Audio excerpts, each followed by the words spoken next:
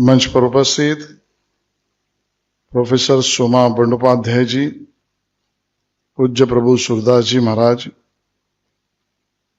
जिनका मार्गदर्शन यहाँ पर लगातार मिल रहा है, ऐसे हमारे राम मोहन पाठक जी, हितेंद्र मिश्र जी, हमारे मित्र संदीप चौहान जी, शैलेंद्र शिर्के जी, अमिता दुबे जी, स्वाति घोषाड़कर जी, राजेंद्र हुंजे जी, के श्रीवास्तव जी और उपस्थित सभी पत्रकार मित्र, बंधु बहनों और युवा साथियों।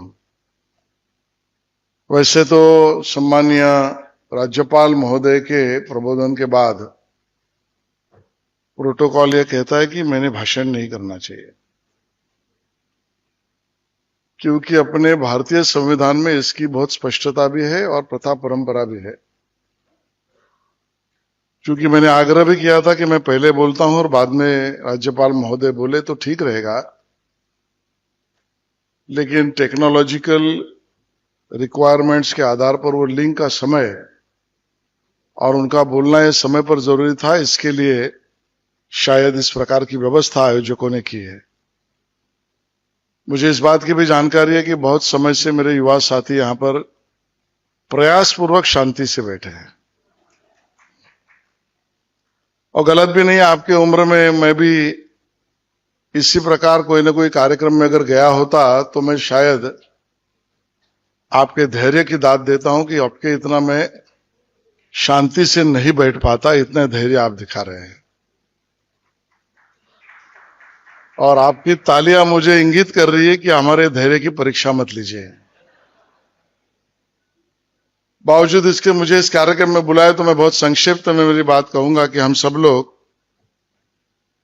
हिंदी पत्रकारिता के 200 साल के उपलक्ष्य में हम लोग यहां पर मिल रहे हैं।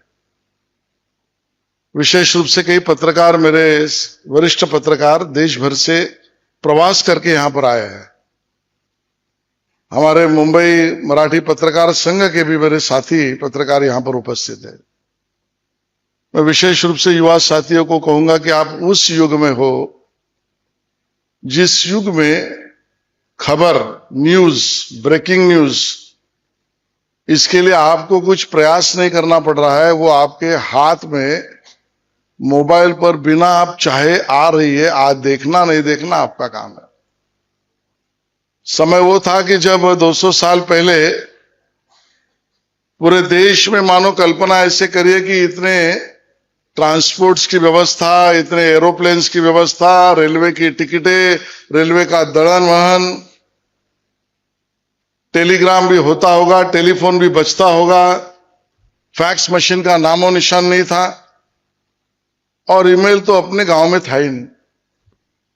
उस समय पर पत्रकारिता शुरू करने वाले वो लोग, भले हिंदी भाषा में पत्रकारिता शुरू की, वो लोगों ने एक प्रतिकूल परिस्थितियों को, एक अपने सामने चैलेंज जो आया है, उस चैलेंज को ओवरकम करने के लिए, उस प्रतिकूलता को यशस्वी करने के लिए की हुई मेहनत, उस मेहनत का गुणगान और अभिवादन करने का यह कार्यक्रम है, ऐसे मैं मानता हूं।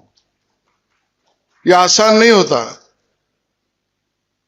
कि खबर इकट्ठा भी करना, व्यवस्थाएं ना होते हुए उस खबर को कोई ना कोई व्यवस्था से न्यूज़पेपर में छपवाना। न्यूज़पेपर भी कितने हो, या तो अपना अखबार निकालना, और ये सब चीजें उतनी ही प्रयासपूर्वक हो सकती है कि जितने प्रयास से आदमी अपने कार्य के प्रति प्रतिबद्धता रखता हो, कमिटमेंट रखता हो, वही व्यक्ति इस प्रकार का कार्य कर सकता है। आज हिंदी पत्रकारिता के 200 साल पूरे हुए, उसकी अब शुभकामनाएं देते हुए मुझे इस बात की बहुत खुशी है कि इसमें बहुत भारी योगदान बहुत सारे महानुभावों ने दिया, लेकिन उसमें एक महत्वपूर्ण योगदान हमारे पराड़कर जी ने दिया। जो पराड़कर जी इसी महाराष्ट्र के भूमि से है, इस महाराष्ट्र के सिंधुदुर्ग जिले से है और इसी महाराष्ट्र के सिंधुदुर्ग जिले के मालवण तालुका से है। और उसको भी आगे अगर आप मुझे माफ करें तो मैं जोड़ दूं, इसी महाराष्ट्र के सिंधुदुर्ग के मालवण से, यानी मेरे गांव से है। आज भी मैं कल्पना नहीं कर सकता 200 साल पहले तो अपने गांव में व्यवस्था क्या होगी। बैलगाड़ी भी कम लोगों के पास हो गई। और वहां से निकलकर पराड़कर जी ने अपने इस व्यावसायिक यात्रा, पत्रकारिता की यात्रा की शुरुआत की और करते करते करते अपनी साहित्यिक और आध्यात्मिक यात्रा को पूरा करते समय काशी तक पहुंचे। और काशी में उन्होंने इस पत्रकारिता, हिंदी पत्रकारिता के जन्म को एक योगदान भरी मूल्य में दिया। और आप मुझे कह रहे थे पाठक जी कि 2 दिन का प्रवास करके, पाठक जी ने मुझे कहा कि भाई पराड़कर जी 2 दिन प्रवास करके लोकमान्य तिलक जी तक आए और लोकमान्य तिलक जी से चर्चा वार्तालाप की, तो एडिटोरियल पॉलिसी कैसी होनी चाहिए इस पे चर्चा की।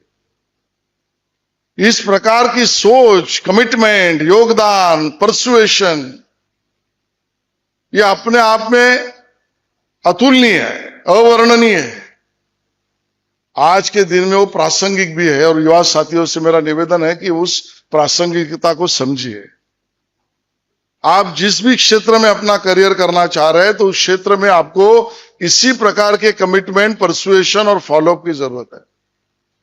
और ये प्रेरणा हमको पराड़कर जी से और इस प्रकार के हिंदी भाषा के प्रति 200 साल पत्रकारिता के पूर्ण होने वाले कार्यक्रम से मिलता है।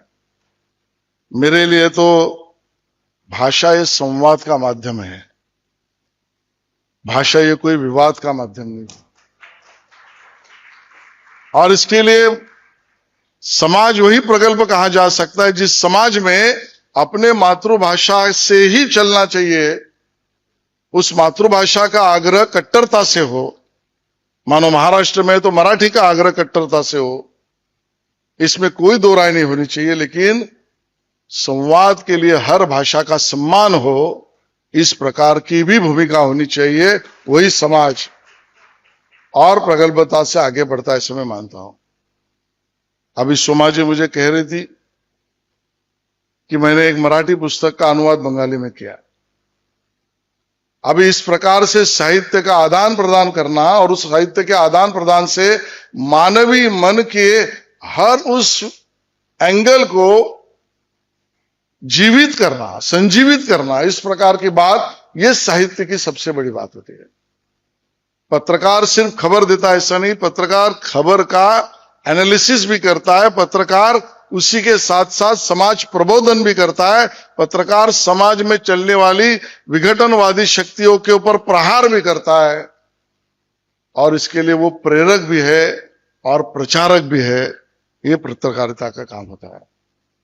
जब उसके साथ साहित्य जुड़ जाता है तब वो मनुष्य के जीवन के मूल्यों को और ऊंचाई पर लेके जाता है।